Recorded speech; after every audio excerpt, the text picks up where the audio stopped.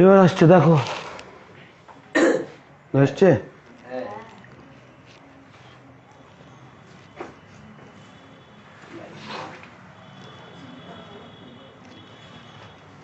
না, বের করো। প্রথম কি বিজ্ঞান? দেখিনি আমি।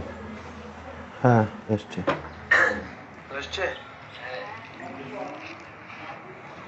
ঠিক আছে, না বিজ্ঞানের কোন টপিক হবে আজকে? আজকে আমরা শেষ করব, তাই তো? বিজ্ঞান যেটা আছে গ্যাসের আচরণ, আমাদের চলছিল গ্যাসের আচরণ। গ্যাসের আচরণের চ্যাপ্টার আমরা করছিলাম, তাই তো?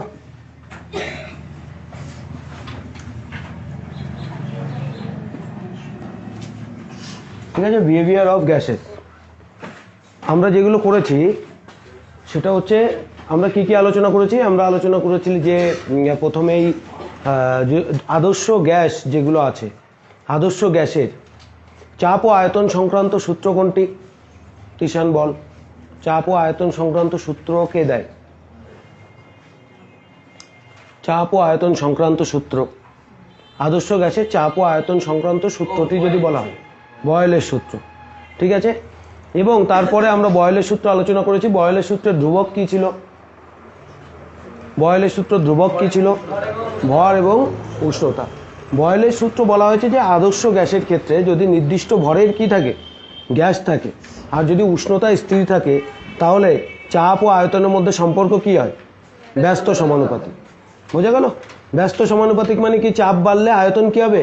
কমবে। এবং সেইখান থেকে আমরা জানতে পারি P varies as 1/v। P varies as যদি 1/v হয়, তাহলে আমরা জানতে পারি যে পিভি সবসময় কি থাকবে? কনস্ট্যান্ট থাকুক। সেটাও তো আমরা দেখেছি। তারপরে আমরা এসেছি চার্লসের সূত্র। চার্লসের সূত্রে কি বলেছে? চার্লসের সূত্রে কোন দুটি ভৌত রাশির মধ্যে সম্পর্ক বলেছে? কিসের কিসের মধ্যে? উষ্ণতা এবং আয়তনের মধ্যে। সেখানে কি কি স্থির আছে? ভর ও চাপ স্থির আছে, তাই তো? তাহলে ভর ও চাপ যদি স্থির থাকে, তাহলে প্রতি ডিগ্রি সেন্টিগ্রেড বৃদ্ধি বা হ্রাসে 0 ডিগ্রি সেন্টিগ্রেড উষ্ণতায় ওই গ্যাসের যে আয়তন হয়, সেই আয়তনের 1/273 অংশ বৃদ্ধি বা হ্রাস পায়। চার্লসের সূত্রের ধ্রুবক কি কি? গ্যাসের ভর, গ্যাসের চাপ। এবং তারপরে আমরা এটা দেখেছি যে চার্লসের সূত্র অনুযায়ী কি, যদি কারো 0 ডিগ্রি সেন্টিগ্রেড উষ্ণতায় কোনো গ্যাসের যদি ভর V0 হয়, আর T ডিগ্রি উষ্ণতায় যদি ভর না, জেনারেলি আয়তন, ঠিক আছে, সাধারণত আয়তন যদি 0 ডিগ্রি সেন্টিগ্রেড উষ্ণতায় V0 হয় এবং সেটাকে সেই গ্যাসের উষ্ণতা বৃদ্ধি করা হলো T ডিগ্রি সেন্টিগ্রেড পর্যন্ত, তাহলে তার আয়তন কত হবে? চার্লসের সূত্র অনুযায়ী VT ইকুয়াল টু কি? V0 ইন্টু 1 প্লাস T/273, তাই তো? এবং এখান থেকে আমরা যেটা সব থেকে গুরুত্বপূর্ণ একটা ধারণা জানতে পারি, কিসের ধারণা জানতে পারি? যে T, small T is equal to যদি আমরা -273 নিই, তাহলে কি পাবো? আমরা পাবো যে ওই টেম্পারেচারে ভলিউম বা আয়তন সেটা কি হয়ে যাচ্ছে? 0 হয়ে যাচ্ছে। তাহলে এটাকেই বলা হচ্ছে পরম শূন্য উষ্ণতা। পরম শূন্য উষ্ণতা, সেটাও ধারণা আমরা চার্লসের সূত্র থেকে পেয়েছি।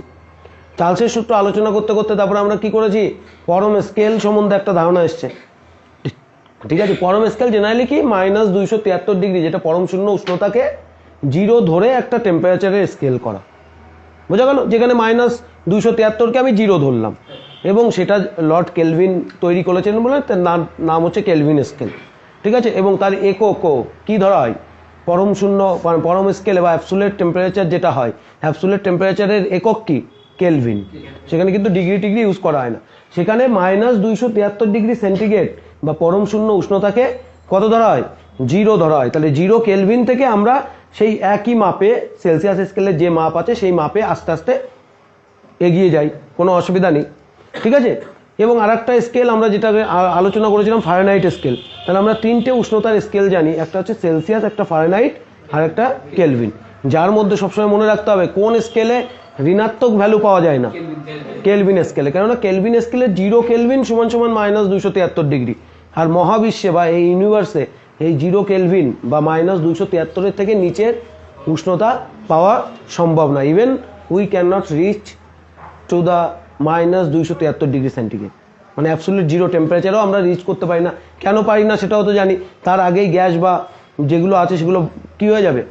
কঠিন বা তরলে পরিণত হয়ে যাবে। আর কঠিন বা তরলের ক্ষেত্রে যে দুটো সূত্র আছে এই দুটো সূত্র কোনোভাবেই প্রযোজ্য না। এই পর্যন্ত আলোচনা করা হয়েছে এবং তারপরে আমরা দেখেছি কি যে পরম স্কেলে যদি চার্লসের আমরা সূত্র করতে যাই, মানে বর্ণনা করতে যাই পরম স্কেল অনুযায়ী, তাহলে কি ভি ভ্যারিজেস টি ক্যাপিটাল টি, এবং তিনটে এখানে দুটো সূত্র আছে, একটা বয়েলের সূত্র একটা চার্লসের সূত্র, যেগুলো ইম্পর্টেন্ট হচ্ছে তাদের গ্রাফগুলো পি বনাম ভি গ্রাফ, এগুলো সব আলোচনা হয়ে গেছে। তারপরে আমরা আলোচনা করছি অ্যাভোগাড্রোর সংখ্যা। তার আগে আলোচনা করেছি কি চার্লস ও বয়েলের সমন্বিত রূপ, যেটা চার্লস ও বয়েলের সূত্র যদি আমরা সমন্বয় করি, দুটো আদর্শ গ্যাসের যে সূত্র আছে সেটাকে যদি সমন্বয় করি তাহলে একটা সূত্র পাই, সেটা আমরা কি পেয়েছিলাম, PV by T is equal to কি, PV by T is equal to K, মানে পিভি বাই টি কনস্ট্যান্ট, আর যদি আমরা প্রাথমিক অবস্থা এবং অন্তিম অবস্থা নিই তাহলে এই সূত্র কি হয়ে যাবে, পি ওয়ান বলো, P one V one by T one equal to P two V two by T two. দেখো এটা ইম্পর্টেন্ট কিসের জন্য, this is very much important for numerical problem, ঠিক আছে, নিউমেরিক্যাল প্রবলেমের জন্য এটা কিন্তু খুব ইম্পর্টেন্ট। বোঝা গেলো এগুলো আসে কোথায়, মাধ্যমিকে এই কোশ্চেন আসবেই, এই টপিকের উপর 2 নম্বরের কোশ্চেন আসবে। আমি আগের দিনও বলেছিলাম 2 মার্কসের প্রবলেমগুলো এই টপিকের উপর আসবে। চ্যাপ্টার একদম সোজা, যদি গোড়া থেকে আমি বুঝে বুঝে আস্তে আস্তে তৈরি করি একদম প্রিপারেশন ফেজে, যাদের অসুবিধাও মনে হয় তারা কিন্তু বুঝতে পারবে। বয়েলের সূত্র, চার্লসের সূত্র, তাদের সম্মিলিত রূপ, পরম শূন্য উষ্ণতার ধারণা, ঠিক আছে, এরপরে অ্যাভোগাড্রোর সংখ্যা, তারপরে আদর্শ গ্যাস সমীকরণ, আর হচ্ছে কাইনেটিক থিওরি অফ গ্যাসের মানে গতীয় স্বীকার্যগুলো, এগুলো যদি জেনে যায় এই চ্যাপ্টার পুরো এর মধ্যেই বাউন্ডেড আছে। প্রবলেম আছে কোথা দিয়ে, এই একটা প্রবলেম আসার জায়গা, ঠিক আছে, আর একটা প্রবলেম আসার জায়গা পিভি ইজিক্যাল টু এনআরটি, যেটা আমরা আজ করব, আদর্শ গ্যাসের সমীকরণ। এই সমীকরণটা চার্লস ও বয়েলের সূত্র সমন্বয় হয়েছে, আর আদর্শ গ্যাসের যে সমীকরণটা হবে সেটা কি হবে, চার্লসের সূত্র, বয়েলের সূত্র আর অ্যাভোগাড্রোর সংখ্যা নিয়ে হবে, ঠিক আছে। এবার দেখো অ্যাভোগাড্রোর সংখ্যা, এরপরের ধারণা আসছে অ্যাভোগাড্রোর সংখ্যা, যেটা আমরা আলোচনা করেছি। অ্যাভোগাড্রোর সংখ্যা কি বলেছে, অ্যাভোগাড্রোর বিবৃতিতে বা সূত্রতে কি বলা হয়েছে, বলা হয়েছে যে একই চাপ যদি ঠিক থাকে বা সম-আয়তন সব গ্যাসে একই সংখ্যক অণু থাকে, ঠিক আছে, সংখ্যক অণু থাকে, এবং সেখান থেকে আমরা কি পেয়েছি, ম্যাথমেটিক্যালি আমরা পেয়েছি ভি ভ্যারিজেস এন। এন হচ্ছে কি, এন হচ্ছে পদার্থের পরিমাণ, মানে মোল সংখ্যা, ঠিক আছে, মানে ভি যত বাড়বে, যদি চাপ, নির্দিষ্ট চাপ এবং নির্দিষ্ট উষ্ণতায় পদার্থের মোল সংখ্যাও তত বাড়বে। মোল সংখ্যাটা কি, মোল সংখ্যা কি করে পাই, মোল সংখ্যা কি করে পাবো, 1 মোল সমান সমান কি, এটাও আমরা আলোচনা করেছি, আবারও বলছি 1 মোল সমান সমান কি, 1 মোল সমান সমান গ্রাম আণবিক ভর, গ্রাম আণবিক ভর, গ্রাম আণবিক ভর। যেমন আমি যদি বলি 1 মোল O2, তার মানে O2 এর গ্রাম আণবিক ভর কত, সেটা তো আমরা জানি 32, বোঝা গেল, 16 দুগুণে 32, 16 গুণ 2 32, তাহলে এটা হচ্ছে 1 মোল। যদি বলা হয় আমাকে 64 গ্রাম O2 আছে, তাহলে কত মোল O2 আছে, তাহলে আমরা বের করতে পারবো 1 মোল সমান সমান 32 গ্রাম। তাহলে আমরা কি করব, এই যে মোলার মাস যেটা আছে এই টার্মটাকে মাথায় রাখতে হবে, মোলার মাস আর একটা হচ্ছে ওয়েট, ঠিক আছে, সেটা দিয়ে আমরা কি করে দেবো, এই যে টোটাল যেটা দেওয়া আছে ভর, টোটাল অণুর মলিকুলার মাস যেটা দেওয়া আছে, ঠিক আছে, মলিকুলার মাস, আর এইটা হচ্ছে মলিকুলার মাস, বোঝা গেল, মোলার মাসও বলা হয়, আর এইটা হচ্ছে টোটাল মাস। আমরা যদি ভাগ করে দিই তাহলে আমরা কি পেয়ে যাব, 64/32 ইজিক্যাল টু কত, 2, আর এটাই হবে এন এর মান, ঠিক আছে, এন। তাহলে বলেছে অ্যাভোগাড্রো বলেছে যদি ভলিউম বাড়ানো হয়, সম-আয়তনে একই থাকবে, ভলিউম বাড়ানো হলে কি হবে, এনও বাড়বে, বোঝা গেছে। এটা একটা ধারণা এসছে, এবং তার থেকে আমরা পেয়েছি যে এসটিপিতে যদি আমরা দেখি তাহলে 1 মোলে কত সংখ্যক অণু থাকে সব রকম গ্যাসে। এসটিপি মানে কি, স্ট্যান্ডার্ড টেম্পারেচার অ্যান্ড প্রেশার। দেখো স্ট্যান্ডার্ড টেম্পারেচার প্রেশার মানে কি, উষ্ণতা এবং চাপ স্থির আছে, স্ট্যান্ডার্ড ভ্যালু আছে, স্ট্যান্ডার্ড ভ্যালু মানে 0 ডিগ্রি সেন্টিগ্রেড টেম্পারেচার আর 1 অ্যাটমসফিয়ারিক প্রেশার, ঠিক আছে, এই ব্যাপার আছে, বোঝা গেছে, এইটা আছে। তাহলে এসটিপিতে 1 মোল গ্যাসে কত অণু থাকবে এটাও আমরা জানি, আমি বলেছি ভালো করে, যেটাকে আমরা অ্যাভোগাড্রোর নাম্বার বলি 6.00022 ইন্টু 10⁻23 অণু থাকবে, ঠিক আছে, 1 মোল গ্যাসে এতটি অণু থাকবে। এগুলো আমরা এই পর্যন্ত আমরা এসছি। এবার আমরা যেটা যাব সেটা হচ্ছে আদর্শ গ্যাস সমীকরণ, ideal gas equation. Very very important এবং ভেরি ভেরি ইজি, যদি তুমি বুঝে করো। বুঝে করতে হলে তাহলে বোঝাবে। আমরা একটা রিলেশনশিপ জানি, এই যে PV/T = K, ঠিক আছে। এখানে যদি আমি মোলার মাসকে ইন্ট্রোডিউস করি, জেনারেলি সেটাই হচ্ছে আমার কি আদর্শ গ্যাস সমীকরণ। দেখো এইটাকে আমি কিভাবে লিখতে পারি, এই সমীকরণটাকে, এটাকে কি লিখতে পারি, PV = KT, তাই তো, KT। এবার এখানে আমি যদি মোলার মাসকে অ্যাড করে দিই, ঠিক আছে, মোলার মাস যদি এটা এটা এটা আমি ইউনিট মোলার মাসের জন্য করছি, ঠিক আছে, বা ইউনিট মোলের জন্য করছি, ধরো একক মোলের জন্য করছি, তাহলে দিস ইকুয়েশন ইজ ফাইন। যদি আমি মোল সংখ্যা বাড়াই বা আমার মোল সংখ্যাকে যদি আমি ভ্যারিয়েবল রাখি, বাড়তে পারে কমতে পারে, তাহলে n এখানে অ্যাড হবে, তাহলে জেনারেলি হয়ে যাবে PV = NKT। NKT, K is a constant, এই K কনস্ট্যান্টের রূপটা বদলে আমরা এটাকে বলি universal constant, universal gas constant, মানে কি সার্বজনীন গ্যাস ধ্রুবক, সেজন্য আর হয়ে যায় এটা, বোঝা গেছে, আর কিছুই না। সেটাই আমরা আলোচনা করব এখন। আলোচনা করলে মোটামুটি এই চ্যাপ্টারের সব টপিকগুলো হবে, তারপর আমরা অনুশীলনী এক্সারসাইজ যেগুলো আছে সেগুলো করব, ঠিক আছে।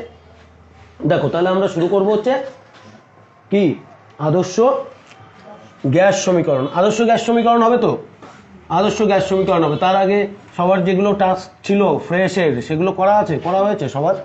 করেছিস? সবাই করা আছে? কার কার করা হয়নি সেটা বলো আগে, ঠিক আছে, আমি পরে দেখছি, তবুও না করলে কিন্তু মুশকিল আছে। আদর্শ গ্যাস সমীকরণ,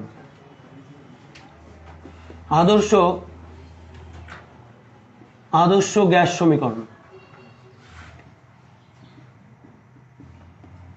ঠিক আছে।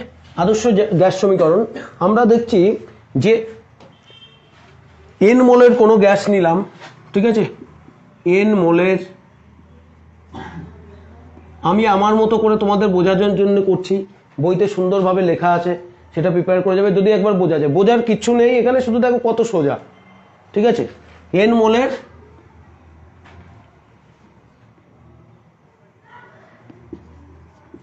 ধরি, n মোলের গ্যাসের চাপ,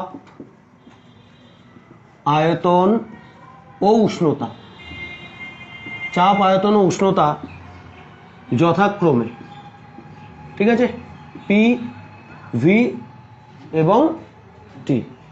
তাহলে চার্লসের সূত্র অনুযায়ী, প্রথমে আমরা বয়েলের সূত্র অনুযায়ী প্রথম যেটা পড়েছি সেটাই করি। বয়েলের সূত্র অনুযায়ী কি হবে, দেখো বয়েলের সূত্র অনুযায়ী কি লিখতে পারি আমরা, V ভ্যারিজেস 1/P। যখন কি কি স্থির থাকবে, অবশ্যই n আর T, NT স্থির, তাই তো, NT স্থির, বোঝা গেল। n মানে মোল, মোল মানে তো পদার্থের পরিমাণ, পরিমাণ মানে নির্দিষ্ট ভর, ভর ও উষ্ণতা কি থাকবে, স্থির থাকবে, বোঝা গেল। n মানেই তো ভর, n, মোল হচ্ছে কি, মোল হচ্ছে পদার্থের পরিমাণের একক, মোলার মাস, বোঝা গেছে, পদার্থের পরিমাণ যেটা আছে সেটাকে হচ্ছে মোলার মাস। তাহলে আমি n আর কি স্থির আছে, T স্থির। চার্লসের সূত্র অনুযায়ী কি পরম স্কেলে আমরা কি দেখেছি, V ভ্যারিজেস T, ঠিক আছে। এবং অ্যাভোগাড্রোর সূত্র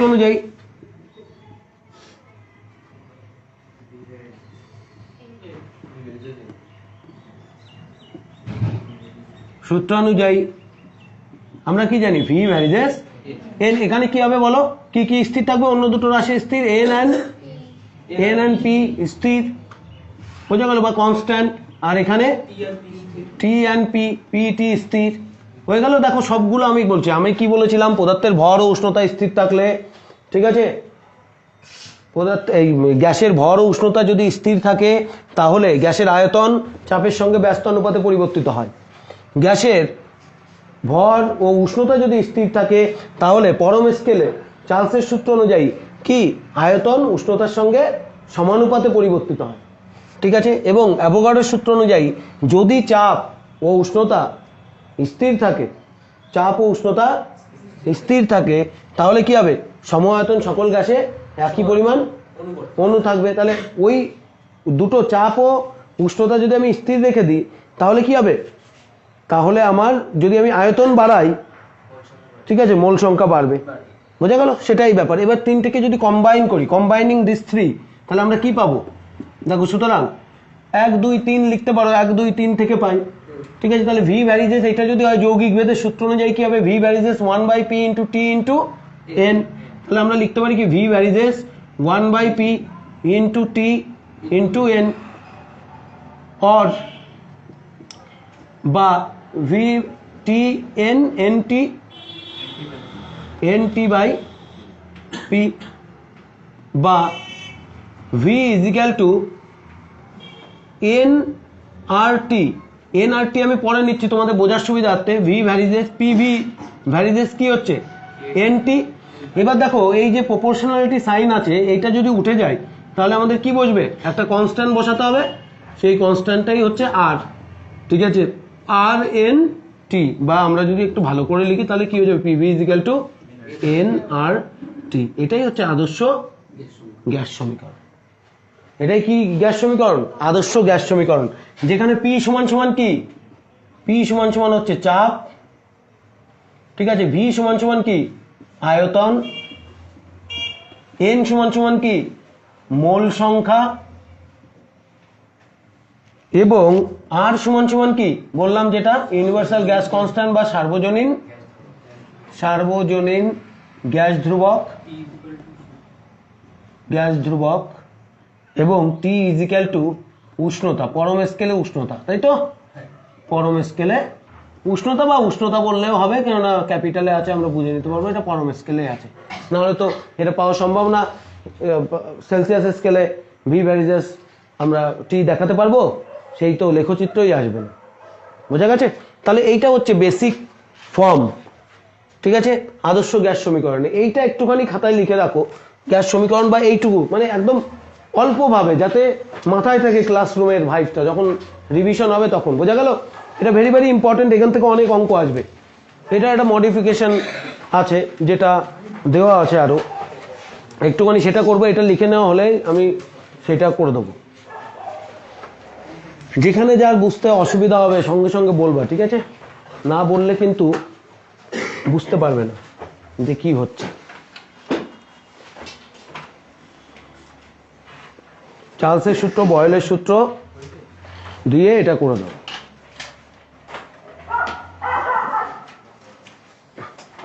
ওইটা টুকে নাও। তারপরে হচ্ছে আমরা যেগুলো করব,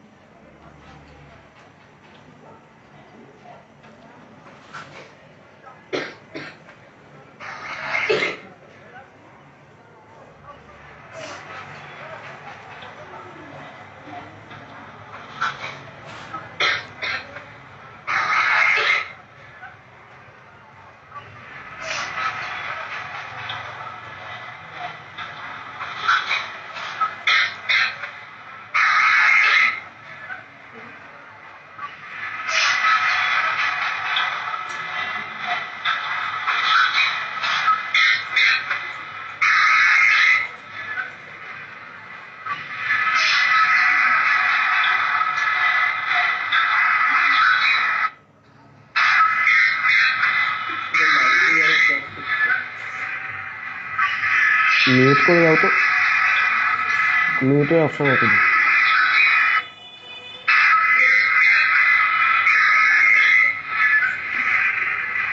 হচ্ছে না?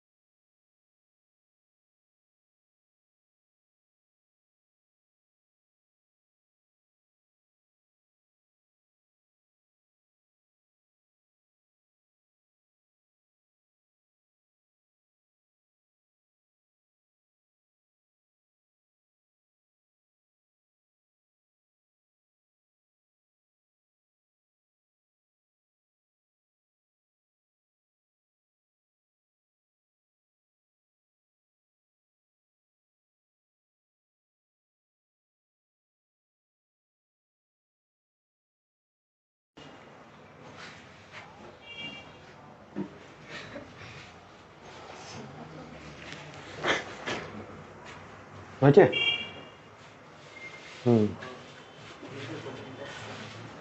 হয়েছে না? না, এবার দেখো আদর্শ গ্যাস সমীকরণ যেটা পেলাম সেটা আমাদের কি হলো, সবার এটা যেন মাথায় মানে মুখস্থ টাইপের থাকে। পিভি ইজিক্যাল টু কি পেলাম? PV is equal two N R T. N সমান সমান আমরা কি বলেছিলাম? দেখো এন সমান সমান বলেছি গ্যাসের মোল সংখ্যা। মোল সংখ্যা যদি আমাদের গ্যাসের ওজন ধরি, প্রদত্ত গ্যাসের ওজন, গ্যাসের ওজন সমান সমান ডাব্লিউ, ঠিক আছে? এবং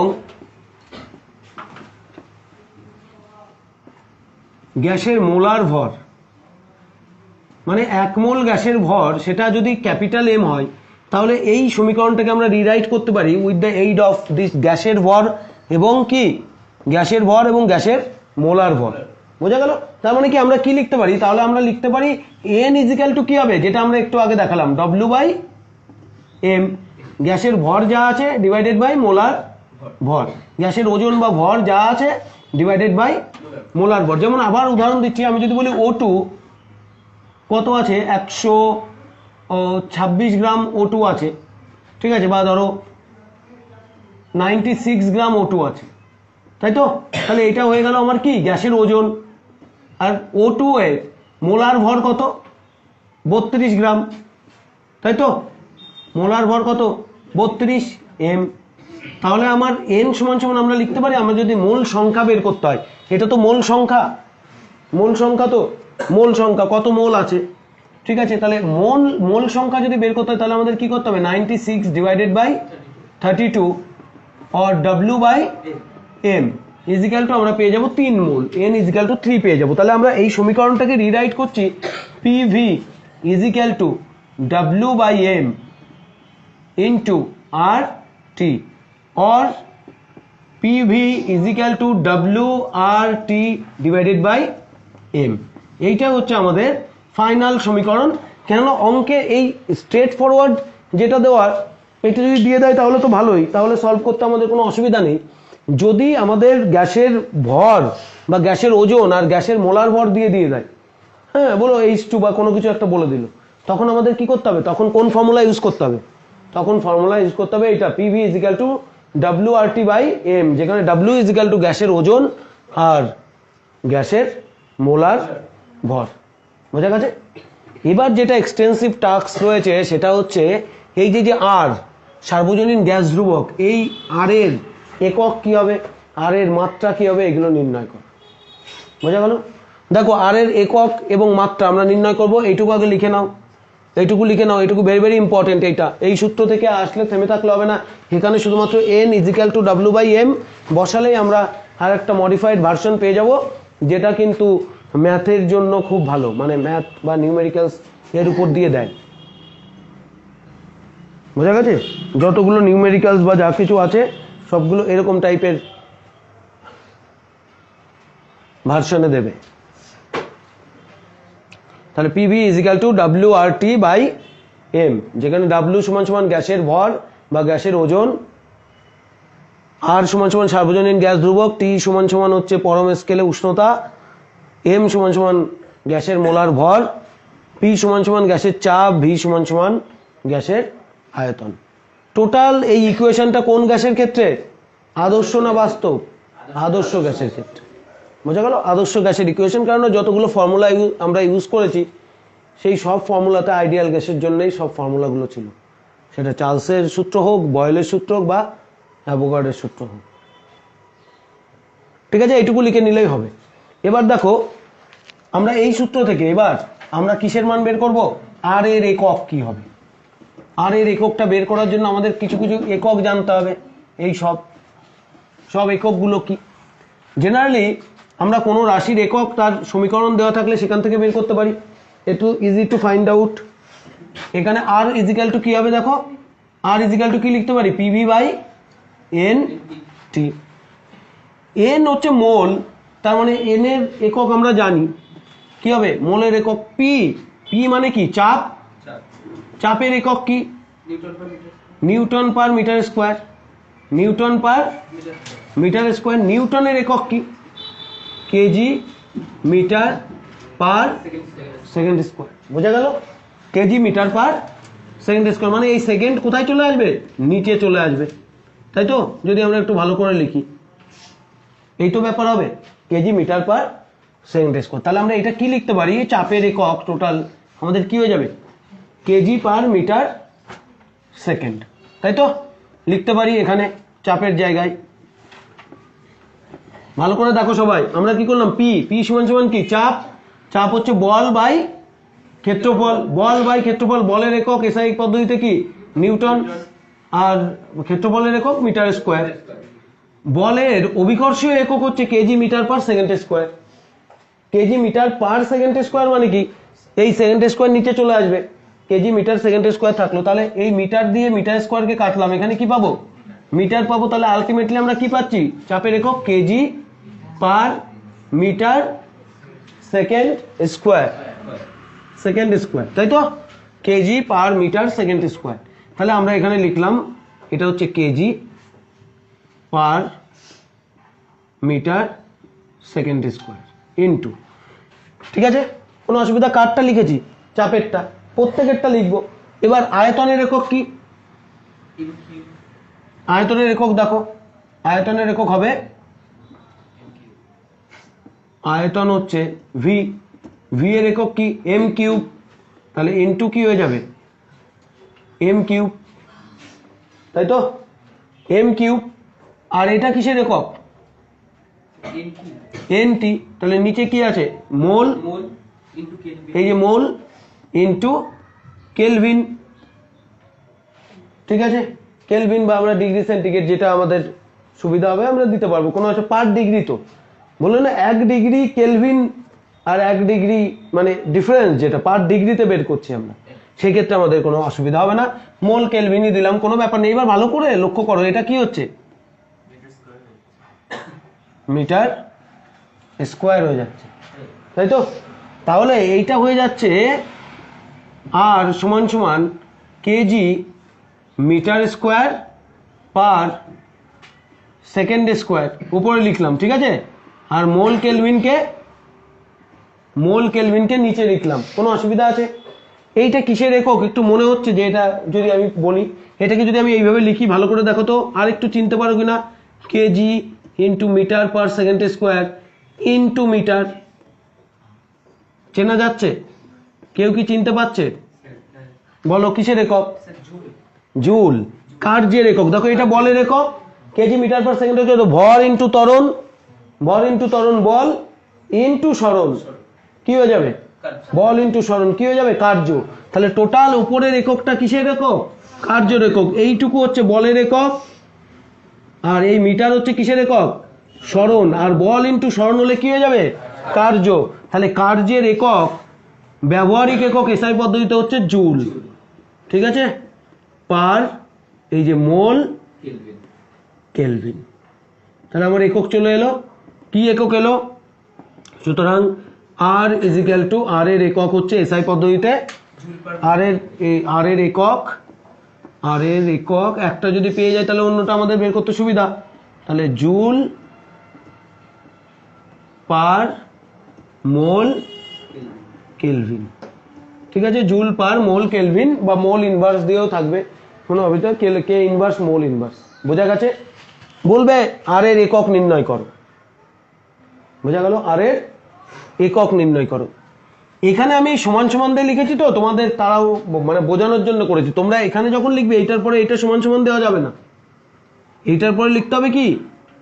আর এর একক, ঠিক আছে? তার মানে আমি পি এর একক বসাচ্ছি, ভি এর একক বসাচ্ছি এনটি, সেটা বইতে দেওয়া আছে, বুঝে থাকলে বই থেকে করতে পারবে। এবার হচ্ছে মাত্রা। মাত্রাটা কি হবে? বা সিজিএস পদ্ধতিতে কি হবে? শুধু এই দুটো পদ্ধতিতে আছে না, আরো পদ্ধতিতে গুলো আছে, বায়ুমণ্ডলীয় চাপে আছে, এইগুলো আছে, সেগুলো সব বইতে আছে। আমরা যখন নিউমেরিক্যালস করবো সেগুলো নিয়ে নেবো। বোঝা গেল? চাপ নেওয়ার কোনো কিছু নেই। হারের একটা নির্দিষ্ট মান আছে, বোঝা গেল? যে কোনো হারের মান আছে, একটা নির্দিষ্ট মান আছে। সেই মানটা কিসের উপর নির্ভর করে? কোন গ্যাসের ক্ষেত্রে আরটা ইউজ করা হচ্ছে, সেই গ্যাসের প্রকৃতির উপর নির্ভর করে। ঠিক আছে, তাহলে আর এর সিজিএস একক কি বলে দাও, সিজিএস একক কে বলতে পারবে? Erg per mole kelvin. ঠিক আছে, কেলভিন বা কে, মোল কে। ঠিক আছে, আর্ক পার মোল কেলভিন। আর এর যে মান আছে সেই মান কিসের কিসের উপর নির্ভর করে? এর মান গ্যাসের প্রকৃতির উপর নির্ভর করে, মানে কোন টাইপের গ্যাস নিচ্ছ সেই গ্যাসের প্রকৃতির উপর আর এর মান নির্ভর করে, গ্যাসের প্রকৃতি হলো। আর এর সম্বন্ধে আর যে বিষয়টা আছে এটা কিন্তু ভেরি ভেরি ইম্পর্টেন্ট। এই এককটা মাথায় রাখতে হবে, এবং আমরা কি করে স্টেপ বাই স্টেপ একক তৈরি করলাম, একদম পুরো মানে কিভাবে ড্রাইভ করলাম যে এককটা কিভাবে আসে। এবার হচ্ছে মাত্রাটা কি হবে ভালো করে দেখো। যদি আমি মাত্রা বিশ্লেষণ করি, এর মাত্রাটা কি হবে? এক হচ্ছে কার্যের মাত্রা। ঠিক আছে, কার্যের মাত্রা কত আছে বলো? তাহলে M L square by T square হলো। এরপরে মোলের মাত্রা আছে, মোল আছে নিচে এন, এটা কি হবে? Kelvin theta. তাহলে আমার মাত্রা টোটাল আমার কি হয়ে যাচ্ছে, দাঁড়াচ্ছে কি? আর এর মাত্রা M L two T two inverse n minus one to the power minus one theta minus one, এইটা হচ্ছে টোটাল। ঠিক আছে, মাত্রীয় সংকেত। ঠিক আছে, ভেরি ভেরি ইম্পর্টেন্ট। এর মাত্রীয় সংকেত নির্ণয় করা একইভাবে করতে হবে, এই একইভাবে কার্যের একক আসবে, কার্যের মাত্রা যেভাবে আমরা 9-এ করেছি। ঠিক আছে, সেইভাবেই হয়ে গেল। সার্বজনীন গ্যাস ধ্রুবক, এর মান কি আছে বইতে দেওয়া আছে, দেখবা। মানগুলো কার উপর ডিপেন্ড করে? গ্যাসের প্রকৃতির উপর নির্ভর করে। আমরা যখন অঙ্ক করব তখন এর এই ব্যাপারগুলো নিয়ে দেখব। ঠিক আছে, এবার দেখো এইটা তো হয়ে গেল আদর্শ গ্যাসের সমীকরণ। আর এর মান, আর এর মাত্রা, আর এর একক। এবার ব্যাপার হচ্ছে যে লাস্ট টপিকটা বেঁচে রয়েছে, সেটা হচ্ছে গ্যাসের কি গতীয় স্বীকার্য বা গতীয় তত্ত্ব যেগুলো আছে সেগুলো। যে আদর্শ গ্যাস বলতে আমরা কোন গ্যাসগুলোকে বুঝবো বা তাদের কি বৈশিষ্ট্যগুলো থাকবে। Generally kinetic theory. ঠিক আছে, গ্যাসের মলিকুলসগুলো তো তোমাদের কি মনে হয় যে তোমাদের মতো শান্ত বসে রয়েছে বা কিছু আছে আর থাকবে? কঠিনের মতো শান্ত, তরলের মতো কি অশান্ত? তরলের মতো অশান্ত কি, তার থেকে অনেক বেশি অশান্ত। সিজলেস র্যান্ডম মোশন করে, মানে কি কোনো রকমের কোনো বিরাম নেই, বিরামহীন মুভমেন্টে চলে, অফুরন্ত শক্তি নিয়ে চলে। যে গ্যাসীয় অণুগুলো সেগুলোই হচ্ছে আদর্শ গ্যাসের অণু। বোঝা গেছে? আদর্শ গ্যাসের গতীয় স্বীকার্য very very important. Kinetic theory of ideal gases. গতীয় স্বীকার্য যেগুলি আছে সেগুলোতে কি আছে প্রথম আমি শর্ট করে একটু বোঝাবো। ধরো আমি একটা কন্টেইনার নিলাম, ঠিক আছে, এর মধ্যে যে গ্যাস আছে এটা আদর্শ গ্যাস কথিত হবে বা বলা হবে যে এই গ্যাসগুলি আদর্শ, তার কিছু প্রপার্টিস তাকে দর্শাতে হবে, না হলে কিন্তু বলা যাবে না। যে জন্য আমরা আমাদের চারিপাশে যে কোনো গ্যাসকে যে কোনো কন্ডিশনে কি বলতে পারি না, আদর্শ গ্যাস বলতে পারি না। একমাত্র যদি উচ্চ তাপমাত্রা আর নিম্ন চাপ হয়, তাহলে আমরা কি বলতে পারি যে গ্যাসটা কিসের মতো বিহেভ করছে, আদর্শ গ্যাসের ন্যায় আচরণ করছে। ঠিক আছে, আচরণটা আদর্শ গ্যাসের ন্যায় আচরণ করছে, তার মানে আদর্শ গ্যাসের মতো আচরণ করতে গেলে কিছু ধর্ম তাকে প্রদর্শিত করতে হবে, কিছু ধর্ম তাকে দেখাতে হবে। সেই ধর্মগুলো কি কি, সেগুলোই হচ্ছে গ্যাসের গতীয় স্বীকার্য।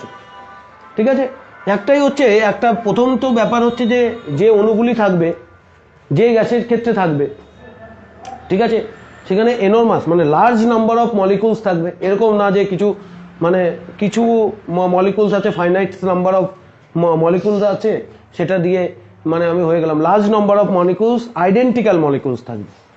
আইডেন্টিক্যাল মলিকুলস মানে বোঝো তো, মানে একই রকম দেখতে। যদি O2 নিই তাহলে O2ই থাকবে, সবগুলো হোমোজিনিয়াস মিক্সচার থাকবে যেটাকে বলা হয়। বোঝা গেল? তার মধ্যে ধরো আমি গ্যাস নিলাম, এখানে একরকমের অণু দেখা যাচ্ছে, একরকম আকার বা একরকম দেখতে, এখানে একরকম দেখতে অণু, এখানে মানে একটা অণুর আকারের সঙ্গে অন্য অণুর কোনো মিল নেই, সেটা হলে কিন্তু কি হবে না, আদর্শ গ্যাস হবে না।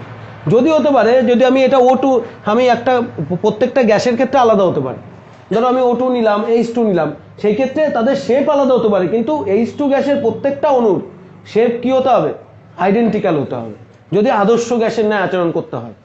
O2 গ্যাসের প্রত্যেকটা অণু কি হতে হবে, আইডেন্টিক্যাল হতে হবে যদি আদর্শ গ্যাসের নয় আচরণ করতে হয়। এরপরে ব্যাপার হচ্ছে যে এদের মধ্যে এটা তো প্রথম পয়েন্ট গেল, মানে large number of identical molecules থাকবে, বোঝা গেল, মানে একই দেখতে, একই রকম দেখতে এরকম মলিকুলসগুলো থাকবে। তারপরে হচ্ছে এদের ভর, ঠিক আছে। দেখবা গ্যাসের আয়তনের ক্ষেত্রে কখনোই আমরা অ্যাভোগাড্রোর সূত্র যখন করেছি তখন অণুগুলির আয়তন নিয়ে বেশি কোনো মাথা ঘামানো হয়নি, বা অণুগুলোর আয়তনকে কি করা হয়নি, গণ্য করা হয়নি। এটা হয়েছিল তো, আমরা বলেছিলাম না যে অ্যাভোগাড্রোর সূত্রে কি গ্যাসের আয়তন বলতে অণুগুলির আয়তনকে কি গণ্য করা হয়েছে? হয়নি। কেন হয়নি?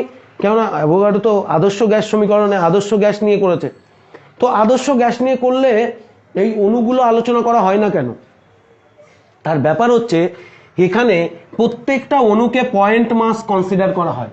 পয়েন্ট মাস মানে কি, বিন্দু ভর হিসাবে করা হয়, এবং এদের একত্রিত আয়তন সেটা মোট আয়তনের থেকে, গ্যাসের মোট আয়তনের ক্ষেত্রে বা যে পাত্রে আছে সেই পাত্রের আয়তনের মানে তুলনায় অনেকই নগণ্য, ঠিক আছে, খুবই নগণ্য, মানে সেটা কোনো ভ্যালু অ্যাড করে না।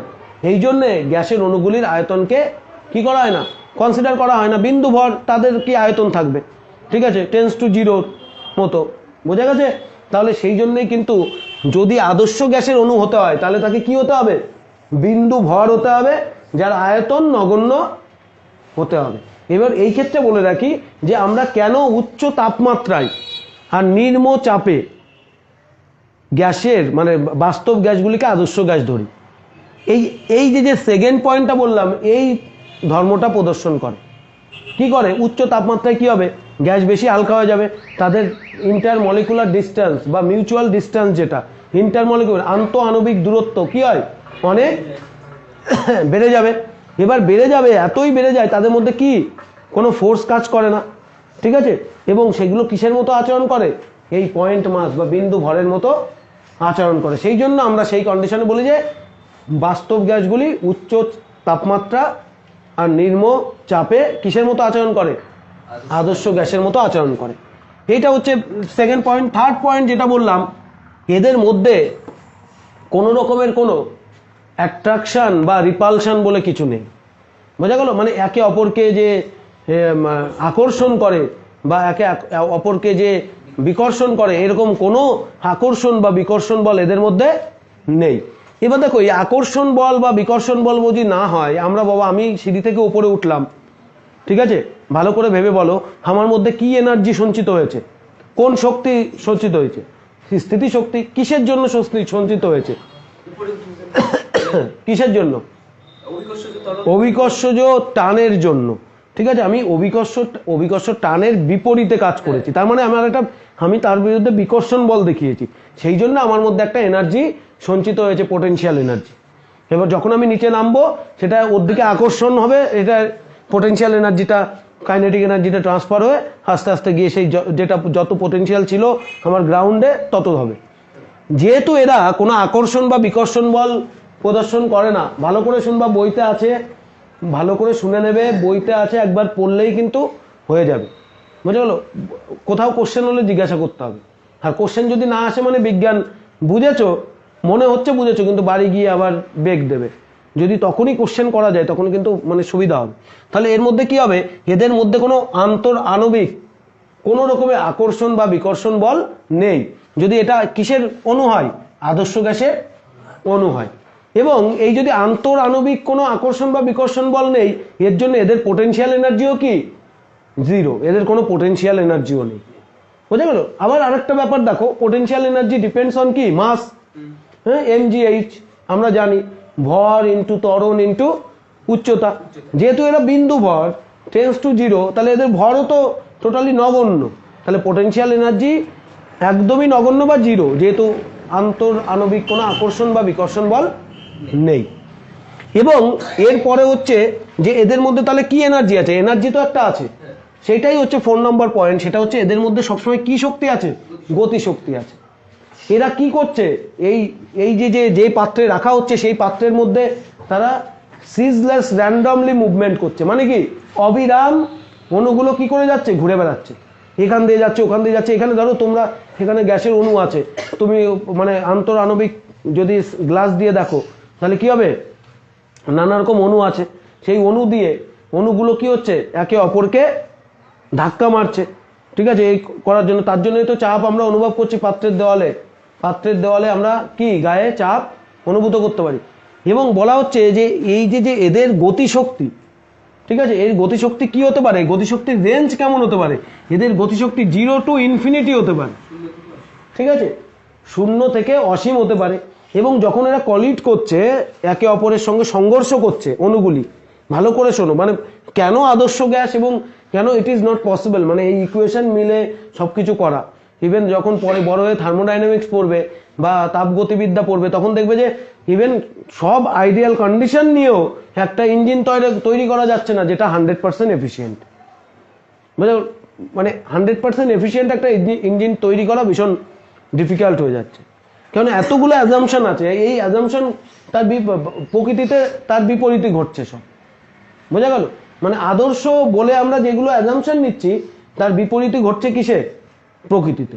এবার ব্যাপার বলছে যে এরা 0 to ইনফিনিটি, এবং এরা যখন একে অপরের দিকে যাচ্ছে, যখন একে অপরের সঙ্গে সংঘর্ষ করছে বা নিজেদের মধ্যে যে সংঘর্ষটা হচ্ছে, এই সংঘর্ষটা হচ্ছে পুরো ইলাস্টিক সংঘর্ষ। ইলাস্টিক মানে জানো তো স্থিতিস্থাপক, মানে কি এই সংঘর্ষের ফলে তাদের কোনো এনার্জি লস হচ্ছে না, এনরমাস এনার্জি পাচ্ছে, কোনো এনার্জি লস এদের মধ্যে হচ্ছে না। তাহলে এদের টোটাল যে ব্যাপারটা আছে, টোটাল যে শক্তির সাপ্লায়ারকে, এই জন্য এদের টোটাল শক্তির সাপ্লায়ার হচ্ছে গতিশক্তি, এদের মধ্যে কি আছে, গতিশক্তি। সেই জন্য এটার নামও হয়েছে কি, kinetic theory, kinetic theory of gases, ঠিক আছে, বাংলায় যেটাকে বলা হয় গ্যাসের গতীয় স্বীকার্য, ঠিক আছে, ভেরি ভেরি ইম্পর্টেন্ট, পরীক্ষায় আসার চান্স খুব ভালো এবং জেনে রাখা ভীষণ এই ব্যাপার। তারপরে 5 নম্বর আর একটা পয়েন্ট, যেটা হচ্ছে যদি এরকম যদি কন্ডিশনগুলো থাকে, আদর্শ গ্যাসের ক্ষেত্রে যদি তাপমাত্রা একই থাকে, তাহলে আমরা একক আয়তনে অণুর সংখ্যা বা মোল সংখ্যা আমরা একই পাবো, যেখান থেকেই নিই, বুঝে গেল, আমি ধরলাম এখান থেকে নিলাম, ঠিক আছে, যদি একক আয়তন হয়, ধরো এখানে 20 লিটার আছে, আমি 1 লিটার এখান থেকে নিলাম, 1 লিটার এখান থেকে নিলাম, যদি উষ্ণতা একই থাকে তাহলে তার মধ্যে মোল সংখ্যা কি থাকবে, একই থাকবে, বোঝা গেল। আদর্শ গ্যাসের ক্ষেত্রে এইটা হচ্ছে গতীয় স্বীকার্য, এই সবগুলো আদর্শ গ্যাসের ক্ষেত্রে এই অ্যাজাম্পশনগুলো মেনে চলতে হবে। এই অ্যাজাম্পশনগুলো রিয়েল গ্যাস বা বাস্তব গ্যাস কখন মেনে চলে, উচ্চ তাপে এবং নিম্ন চাপে। কেন মেনে চলে, ভালো করে বোঝো, কেন মেনে চলে, এদের মধ্যে আন্তরাণবিক ডিস্টেন্স এত হয়ে যায়। যদি বলে যায় যে বাস্তব গ্যাসগুলি কখন আদর্শ গ্যাসের ন্যায় আচরণ করে এবং কেন, কখন আচরণ করে তো আমরা প্রত্যেকেই জানি, কেন করে, কারণ উচ্চ তাপমাত্রা বা নিম্ন চাপে এদের যে আন্তরাণবিক মিউচুয়াল ডিস্টেন্স, মানে দুজনের মধ্যে যে দূরত্ব, সেটা অনেক বেশি হয়ে যায়। এবং আমরা বলেছিলাম না একটা জায়গায় এদের মধ্যে নিজস্ব কোনো কি নেই, আন্তঃআণবিক বল, মানে আকর্ষণ বল বা বিকর্ষণ বল নাই, সেই আকর্ষণ বল বিকর্ষণ বল কি হয়ে যায়,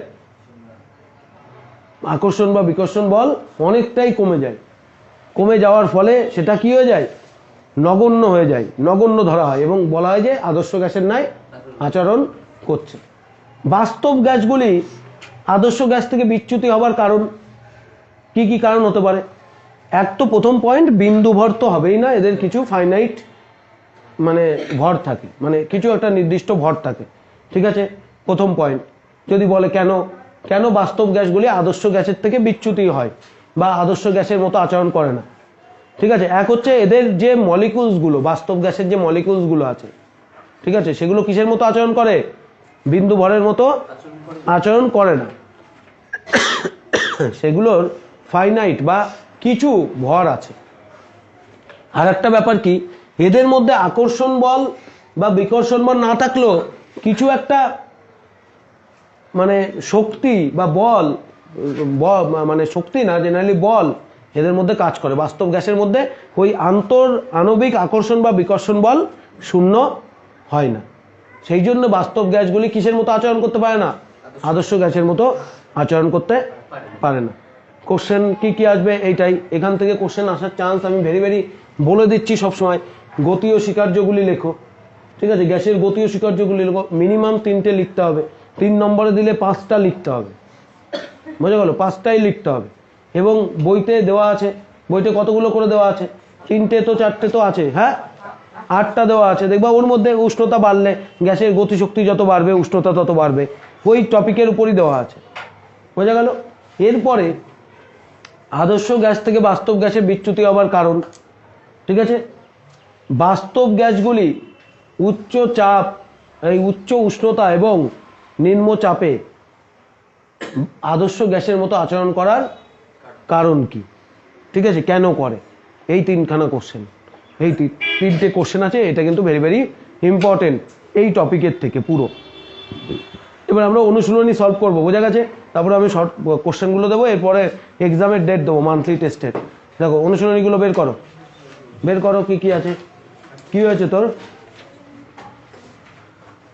পড়াশোনার সময় মাথা যন্ত্রণা করে নাকি? এটা করারই বিষয়। কি হচ্ছে? দে তাড়াতাড়ি দেখো অনুশীলনীগুলো, দেখো অনুশীলনী কি আছে।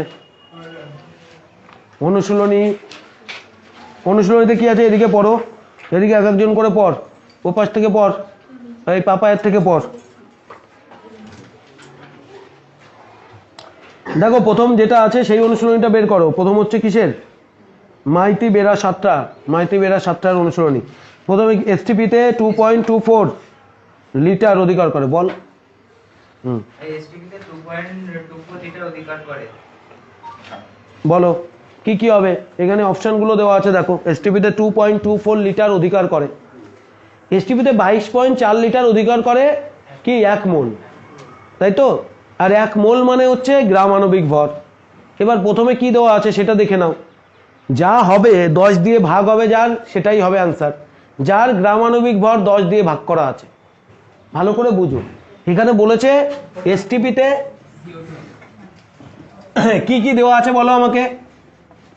4.4 গ্রাম CO2 দেওয়া আছে। CO2 এর গ্রাম আণবিক ভর কত বা মোলার ভর কত? 44, ঠিক আছে? তারপরে কি দেওয়া আছে? 0.64 গ্রাম।